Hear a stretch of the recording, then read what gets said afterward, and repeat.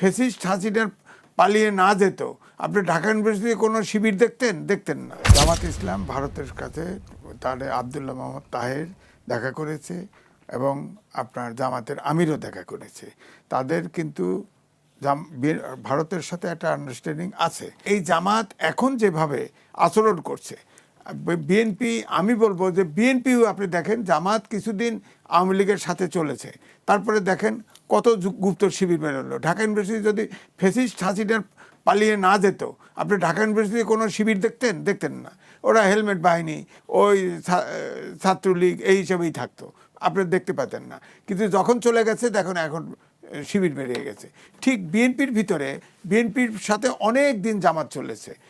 এই কথার পরে বিএনপিকে বুঝতে হবে যে বিএনপির ভিতরে কত পার্সেন্ট গুপ্ত জামাত আছে, তাদেরকে যদি স্ক্রিন আউট না করা হয়, বের করে না হয়, ততক্ষণ পর্যন্ত বিএনপি কিন্তু যে মধ্যপন্থার দল, এই দল কিন্তু থাকবে না। এই দলকে জামাত গ্রাস করে ফেলবে। সুতরাং এটাকে স্ক্রিন আউট করতে হবে, বের করতে হবে, গুপ্ত জামাত বের করে দিতে হবে।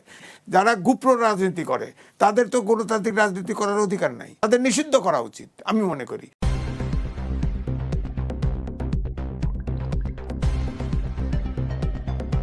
News Vision, Digital Multimedia.